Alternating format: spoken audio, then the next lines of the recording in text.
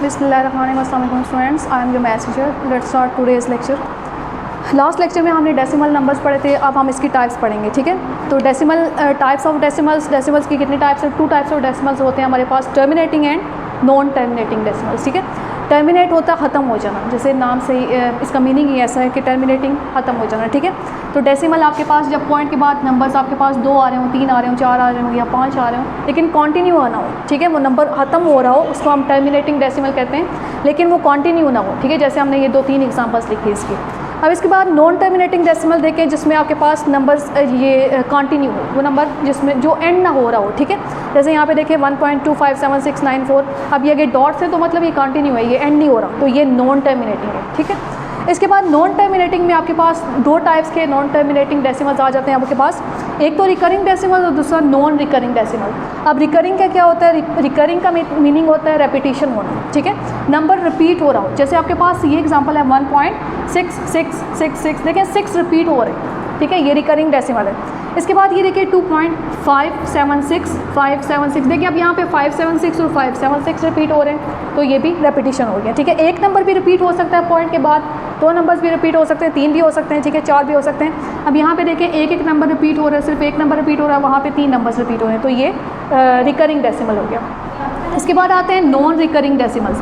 तो non recurring decimals में repetition नहीं होती, नंबर सिंपल ये टर्मिनेटिंग की ही तरह होता है। ठीक है, जैसे देखिए यहाँ पे नंबर्स रिपीट नहीं हो रहे, 1.765 आगे ये कंटिन्यू है, रेपिटेशन नहीं हो रही नंबर्स की। ठीक है, रेपिटेशन एक सीक्वेंस के साथ होती है। ठीक है, जैसे यहाँ पे सीक्वेंस था 576, फिर 576, अगेन 576, इस तरह से ये रेपिटेशन हो रही है।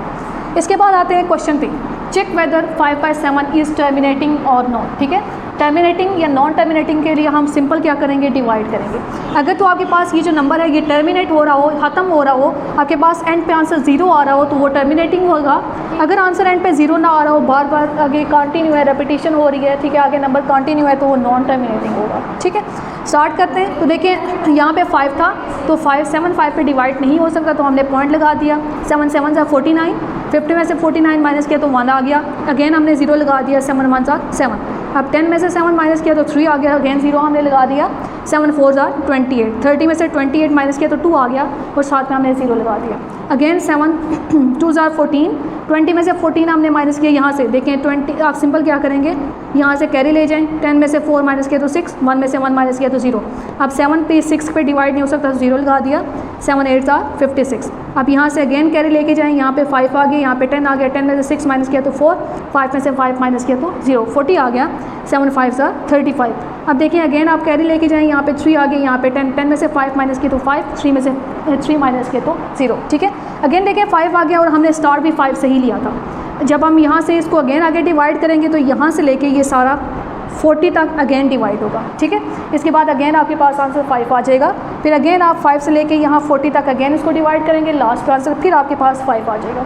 यानी ये टर्मिनेट नहीं हो रहा, कंटिन्यू है। ठीक है, 7 1 4 2 8 5 हो गया, फिर अगेन आपके पास यही आंसर आएगा, 7 1 4 2 8 5, अगेन यही आंसर आता जाएगा। ठीक है, अब ये टर्मिनेटिंग और नॉन टर्मिनेटिंग हो गया। रिकरिंग और नॉन रिकरिंग भी इसी एग्जांपल पे देख लें।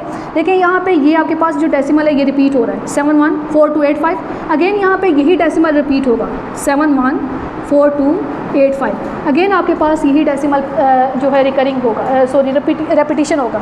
तो ये एक तो नॉन टर्मिनेटिंग भी है और साथ में रिकरिंग डेसिमल भी है। ठीक है, इसके बाद नेक्स्ट क्वेश्चन पे आते हैं। आपके पास एक क्वेश्चन है, express this one in fraction. आपके पास ये पॉइंट की फॉर्म में है, इसको आपने फ्रैक्शन में लेके जाना है, डेसिमल में आपने इसको फ्रैक्शन में लेके जाना है। तो सिंपल आप क्या करेंगे, फ्रैक्शन में जाने के लिए आप पॉइंट रिमूव करते हैं। ठीक है, आप क्या करेंगे, इस पॉइंट के नीचे आपने 1 लगा दिया, और आगे 2 डिजिट्स थे तो आपने 2 ज़ीरोस लगा दिए। ठीक है, और ये डिवीजन साथ में, ये जो डिवीजन थी ये एज इट इज़। अब इसके बाद देखिए यहाँ पे 3 था, यहाँ पे पॉइंट के नीचे आपने 1 लगाया, आगे 2 ज़ीरोस, यहाँ पे 2 डिजिट्स थे तो 2 ज़ीरोस लगा दिया। अब देखिए ये आपके पास 0 3 आ गया, 0 3 लिखे या सिर्फ 3 लिखे, एक ही बात है। ठीक है, अब आप क्या करेंगे, ये आपके पास डिवीजन थी। ठीक है, ये आपके पास 2 फ्रैक्शन हैं और ये डिवीजन है। जब आप डिवीजन को मल्टीप्लिकेशन में चेंज करते हैं तो आप क्या करते हैं, ये जो आपके पास डिवीजन में नंबर होता है उसको आप रेसिप्रोकल ले लेते हैं। ठीक है, तो ये 3/100 है, तो जब ये मल्टीप्लाई में जाएगा तो 100/3 हो जाएगा। अब आप क्या करेंगे, सिंपल कटिंग करेंगे। देखिए 100 और 100 की कटिंग हो गई, 522 डिवाइड बाई 3 आपके पास आंसर आ गया। ठीक है, देखिए आपने फ्रैक्शन को, सॉरी डेसिमल को आपने फ्रैक्शन में कन्वर्ट कर दिया, तो ये आपके पास आंसर आ गया। इसके बाद नेक्स्ट टॉपिक पे आते हैं परफेक्ट स्क्वायर्स पे, स्क्वायर्स या परफेक्ट स्क्वायर्स। तो स्क्वायर्स आप कैसे फाइंड करते हैं, नंबर को उसी नंबर के साथ आप मल्टीप्लाई करते हैं, जो आंसर आता है वो उसका स्क्वायर होता है। स्क्वायर आप पावर 2 को बोलते हैं, जैसे ये 2 स्क्वायर हो गया, 3 स्क्वायर हो गया, 4 स्क्वायर हो गया, तो ये पावर 2 जो होती है ये स्क्वायर को डिनोट करती है, ठीक है। तो आप फाइंड कैसे करते हैं, 2 का स्क्वायर मतलब 2 मल्टीप्लाई बाई 2, 3 का स्क्वायर 3 मल्टीप्लाई बाई 3, 4 का स्क्वायर 4 मल्टीप्लाई बाई 3, जैसे हमने ये साइड पे फाइंड आउट किया, ठीक है। ये स्क्वायर्स हैं और ये आपके पास नंबर्स हैं, ये आपके पास स्क्वायर्स आ गए और ये स्क्वायर किस नंबर के, 4 2 का स्क्वायर है, 9 3 का स्क्वायर है, 16 4 का स्क्वायर है, 25 5 का स्क्वायर है, ठीक है। और ये जो आपके पास नंबर्स आते हैं मल्टीप्लाई करने के बाद, इन नंबर्स को हम परफेक्ट स्क्वायर्स बोलते हैं। 1 4 9 16 25 और आगे 6 6 और 36 हो जाएगा। तो ये जो नंबर्स आ रहे हैं मल्टीप्लिकेशन करने के बाद, ये आपके पास, इनको हम परफेक्ट स्क्वायर्स बोलते हैं। इसके बाद आते हैं स्क्वायर रूट पे, ठीक है। स्क्वायर रूट के लिए हम ये सिंबल यूज़ करते हैं, ठीक है। स्क्वायर और स्क्वायर रूट एक दूसरे के ऑपोजिट होते हैं, एक दूसरे को कैंसिल आउट कर देते हैं, ठीक है। तो ये स्क्वायर रूट का सिंबल हो गया आपके पास। अब देखिए क्वेश्चन देखते हैं, find the positive square root of 625। 625 का आपने स्क्वायर रूट फाइंड करना है। कैसे फाइंड करेंगे ये आपके पास स्क्वायर रूट का सिंबल है। अब आप इसको सिंपली फैक्टराइज करेंगे।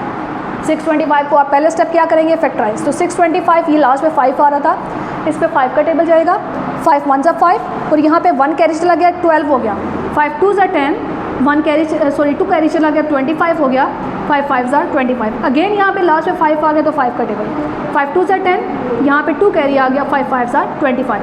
अगेन 5 के टेबल से 5 5 ज़ा 25, 5 1 ज़ा 5। अब आप क्या करेंगे, 625 की जगह आप ये सारे के सारे नंबर्स लिख देंगे, 5 multiply by 5 multiply by 5 multiply by 5। इसके बाद अब आप क्या करेंगे, नेक्स्ट स्टेप में 2 2 के पेयर्स बनाएंगे। यहाँ पे ये 5 और 5 5 स्क्वायर हो गया, ये 5 और 5 5 स्क्वायर हो गया, तो बस ठीक है। अब देखें स्क्वायर और स्क्वायर रूट, जैसे हमने पढ़ा था स्क्वायर और स्क्वायर रूट एक दूसरे के ऑपोजिट होते हैं, एक दूसरे को कैंसिल आउट कर देते हैं। तो ये स्क्वायर और स्क्वायर रूट कैंसिल आउट हो गया, ये भी स्क्वायर और स्क्वायर रूट कैंसिल आउट हो गया। तो आपके पास सिर्फ 5 मल्टीप्लाई बाय 5 रह गया, 5 5 ज़ा 25 आपके पास आंसर आएगा। अब कोई भी यहाँ पे नंबर गिवन हो, आप इसी सेम मेथड से आप उसका स्क्वायर फाइंड आउट कर सकते हैं, ठीक है। 25 आ गया। अगर आपके पास यूँ बाय सिंपल आपके पास इस मेथड से फाइंड करना नहीं हो, अगर आपके पास सिंपल यूँ क्वेश्चन हो कि 2 स्क्वायर फाइंड करें, तो आप सिंपल कर देंगे 2 मल्टीप्लाई बाय 2। अगर 3 का स्क्वायर हो तो स्क्वायर आप ऐसे फाइंड करते हैं स्क्वायर्स, और आपके पास जो स्क्वायर रूट होते हैं वो आप इस मेथड से फाइंड करते हैं, ठीक है। स्क्वायर आप सिंपली क्या करते हैं, नंबर को उसी नंबर के साथ मल्टीप्लाई कर देते हैं, और स्क्वायर रूट के लिए क्या करते हैं, आप यूँ फैक्टर्स बना के उसको सॉल्व करते हैं। इसके बाद नेक्स्ट क्वेश्चन देखें, find the smallest whole number by which 512 must be multiplied in order to give a perfect square, ठीक है। अब देखें 512 को क्वेश्चन में ये है कि वो number smallest number find out करें जिसको 512 के साथ मल्टीप्लाई करें, तो जो आंसर आया आपके पास वो परफेक्ट स्क्वायर हो। परफेक्ट स्क्वायर का मतलब वो नंबर्स जिनका स्क्वायर रूट एग्जिस्ट करता हो, जैसे 4 का 2 आ रहा है, 9 का 3 आ रहा है, 16 का 4 है, 25 का 5 स्क्वायर रूट है, ठीक है। ऐसे ही हमें नंबर्स चाहिए। अब आप उसी तरह से सेम उसका स्क्वायर रूट फाइंड करेंगे।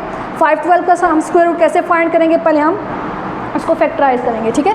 तो 512 यहाँ पे 2 आ रहा था तो 2 इस पे 2 का टेबल चला जाएगा, 2 2 ज़ा 4, 1 कैरी आ गया, 11 हो गया, 2 5 ज़ा 10, 1 कैरी, यहाँ पे 12 हो गया, 2 6 ज़ा 12। इसके बाद अगेन आप देखिए यहाँ पे 6 आ गया तो 2 का टेबल जाएगा, 2 1 ज़ा 2, 2 2 ज़ा 4, 1 कैरी आ गया, 2 8 ज़ा 16, अगेन 2 6 ज़ा 12, 2 4 ज़ा 8। यहाँ पे देखिए 4 आ गया तो 2 का टेबल, 2 3 ज़ा 6, 2 2 ज़ा 4। अगेन आपके पास यहाँ पे 2 आ गया तो 2 का टेबल जाएगा, 2 1 ज़ा 2, 1 कैरी, 2 6 ज़ा 12, अगेन 2 8 ज़ा 16, 2 4 ज़ा 8, 2 2 ज़ा 4, 2 1 ज़ा 2। ये सारे के सारे फैक्टर्स आपने क्या करना है, 512 की जगह यहाँ पे पुट कर देना है स्क्वायर रूट के नीचे। अब आप क्या करेंगे, नेक्स्ट 2 2 के पेयर्स बनाएंगे, यहाँ पे 2 2 नंबर्स के पेयर्स बनाएंगे। अब देखिए आपके पास लास्ट पे 1 2 बच गया है, ठीक है। इसका भी आपके पास स्क्वायर बन गया, ये भी आपके पास 2 स्क्वायर बन गया, इस पेयर का भी आपके पास 2 स्क्वायर बन गया, इस पेयर का भी आपके पास 2 स्क्वायर बन गया, लेकिन ये लास्ट पे 1 2 बच गया, ठीक है। तो अब देखें ये सब के साथ ये स्क्वायर रूट के साथ कैंसिल आउट हो गया, इसका भी स्क्वायर रूट कैंसिल आउट हो गया, इसका भी और इसका भी, लेकिन इसके साथ स्क्वायर रूट है। जब ये कैंसिल आउट होगा तब आपके पास जो नंबर आएगा वो परफेक्ट स्क्वायर होगा, ठीक है। तो यानी आपको 1 2 चाहिए ताकि ये स्क्वायर बन जाए और स्क्वायर रूट कैंसिल आउट हो जाए, ठीक है। तो आपको कौन सा स्मॉलेस्ट नंबर चाहिए, सिर्फ और सिर्फ आपको सिर्फ और सिर्फ 2 चाहिए ताकि आपके पास यहाँ पे स्क्वायर बन सके और टोटल ये स्क्वायर रूट कैंसिल आउट हो जाए और आपके पास सिंपल आंसर आ सके, ठीक है। तो ये इस तरह से आप स्मॉलेस्ट नंबर फाइंड आउट करते हैं, ठीक है। अब आपका लेक्चर कंप्लीट हो गया। अच्छे से इस लेक्चर को देखिएगा ताकि आप अपनी असेसमेंट शीट्स फिलअप कर सकें। अल्लाह हाफ़िज़।